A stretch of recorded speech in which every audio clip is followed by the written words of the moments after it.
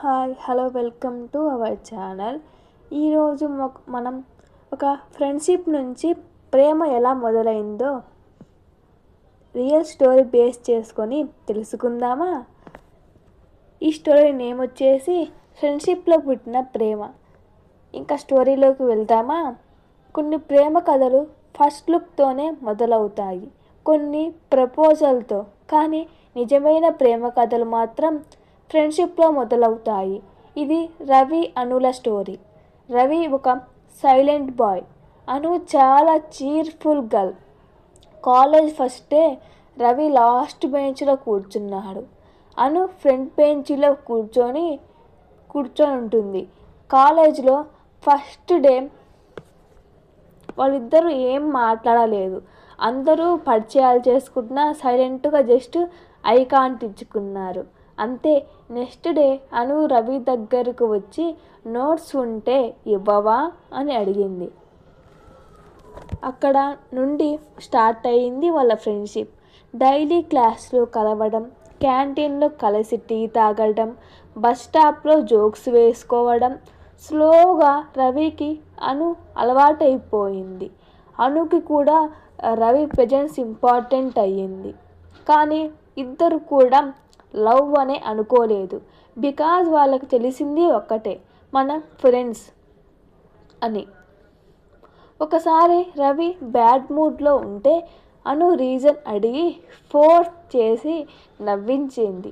అలాగే అను ఏడుస్తుంటే రవి సైలెంట్గా పక్కన కూర్చొని వాటర్ ఇచ్చి ఒక్కటి చెప్పు, ఏమయ్యింది అని అడగలేదు, జస్ట్ ఉండిపోయేవాడు. ఫ్రెండ్షిప్ అంటే ఇదే. వర్డ్స్ కన్నా ప్రెజెన్స్ ఇంపార్టెంట్. స్లోగా డేస్ మంత్స్ ఇయర్స్ అయ్యాయి. రవి లైఫ్లో అను ప్లేస్ ఫీల్ అవ్వాలని అయిపోయింది. అనుకి రవి లేకపోతే డే ఇన్కంప్లీట్లా అనిపించేది. కానీ ఇద్దరు చెప్పుకోలేదు. ఎందుకంటే భయం, చెప్తే ఫ్రెండ్షిప్ కూడా పోతుందేమో అని. ఒకరోజు అనుకి వేరే సిటీలో జాబ్ వచ్చింది. ఆ రోజు లాస్ట్ డే కాలేజ్లో. అను రవి దగ్గరకు వచ్చి, నా లైఫ్లో చాలామంది ఉన్నారు రవి, కానీ నువ్వు స్పెషల్. నువ్వు లేకపోతే నాకు ఎంప్టీ ఫీల్ అవుతుంది అంది. రవి స్మైల్ చేశాడు, కానీ లోపల హార్ట్ బ్రేక్ అయ్యింది. బస్ మూవ్ అవుతుంది. అను విండో నుండి బాయ్ చెప్పింది. రవి హ్యాండ్తో వేవ్ చేశాడు. అదే మూమెంట్ రవికి రియలైజేషన్ వచ్చింది. ఇది ఫ్రెండ్షిప్ కాదు, ఇది ప్రేమ. ప్రేమ అంటే రోజెస్ ఇవ్వడం కాదు, డైలీ చాట్స్ కాదు, స్టేటస్లు పెట్టడం కాదు.